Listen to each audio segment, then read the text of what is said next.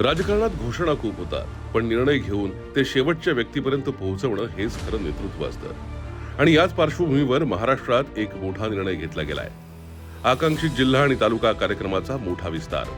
आता विकास काही निवडक भागापुरता मर्यादित राहणार नाही, तो थेट राज्याच्या कोपऱ्या कोपऱ्यात पोहोचणार आहे।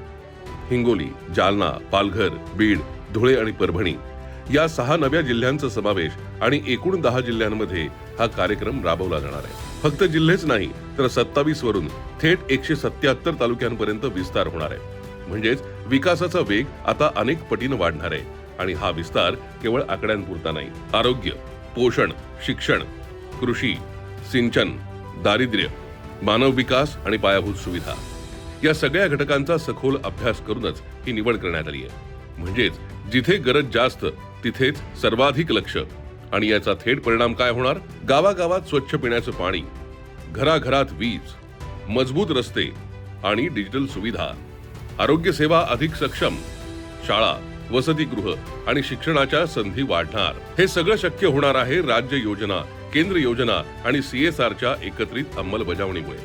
आणि हे सगळं घडतं जेव्हा नेतृत्व फक्त घोषणा करत नाही, ते निर्णय घेतं आणि लगेच काम सुरू करतं। इथेच उपमुख्यमंत्री माननीय एकनाथ शिंदे साहेब यांचं नेतृत्व आणि शिवसेनेची कार्यशैली वेगळी ठरते। कारण त्यांच्यासाठी राजकारण म्हणजे फक्त सत्ता नाही, तर सेवा, विश्वास आणि प्रत्यक्ष अंमलबजावणी आहे।